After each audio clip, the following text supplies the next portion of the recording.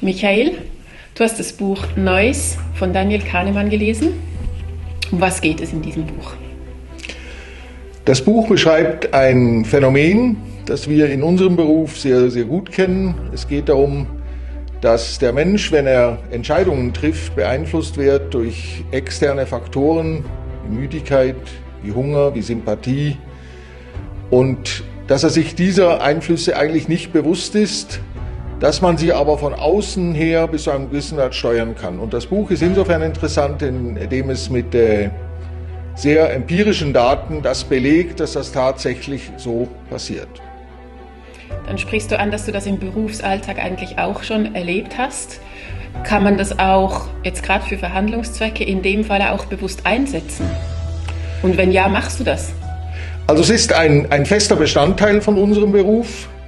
Es ist eigentlich ein Teil unserer Daseinsberechtigung. Wenn es Neues nicht gäbe, dann würde es genügen, dass man die Fakten möglichst sorgfältig präsentiert und dann würde immer das gleiche Resultat rauskommen. Also erst durch diese Faktoren, die wir unterbewusst spüren, dass sie da sind, aber ich noch nie so umfassend dargestellt gesehen habe, erst dadurch wird es eben möglich, sich das auch zunutze zu machen. Und selbstverständlich, wir brauchen das, wir setzen das ein.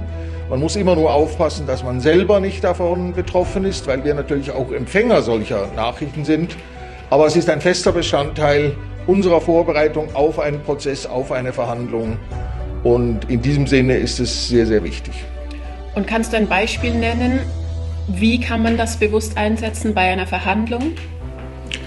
Also es gibt zum Beispiel den Fakt, dass ein Verhandlungsergebnis eher zustande kommt, wenn eine gute Atmosphäre zwischen den beiden Verhandlungspartnern besteht. Also ein klassisches Mittel ist zum Beispiel, dass man mit dem Verhandlungspartner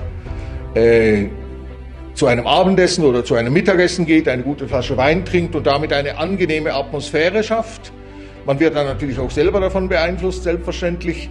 Aber wenn man das bewusst einsetzt, dann kann man daraus allenfalls Vorteile ziehen, indem, wenn auch Sympathie mit ins Spiel kommt, dann wird die Gegenpartei allenfalls eher bereit sein, auch noch einen Schritt zusätzlich auf einen zuzumachen und dann zu einem guten Ergebnis zu gelangen.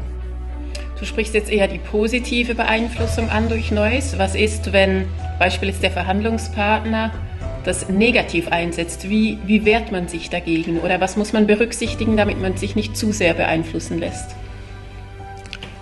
Also ich glaube, das Wichtigste ist, dass man sich dessen bewusst ist, dass es passiert, dass es in jeder Verhandlung passiert, dass es Bestandteil jeder einzelnen Verhandlung ist. Wenn ich mir dessen bewusst bin, dann ist die Gefahr schon zur Hälfte gebannt, indem ich dann eben sensibilisiert an die ganze Sache rangehe und mich auch entsprechend verhalten kann.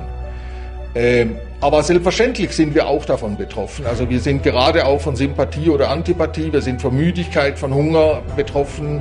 Und die Beispiele, die aufzeigen, dass eben Leute wirklich fundamental andere Entscheidungen treffen, wenn solche externen Faktoren mitspielen, zeigt ihnen, dass niemand davor gefeit ist. Natürlich, man kann sich bemühen, man wird das vielleicht auch tun, aber ich glaube, man kann sich nie vollkommen frei davon machen. Im Rahmen unserer Book Review-Reihe darfst du jetzt noch jemanden nominieren. Also du kannst sagen, wer das nächste Buch lesen soll, um es dann vorzustellen und was das für ein Buch sein soll.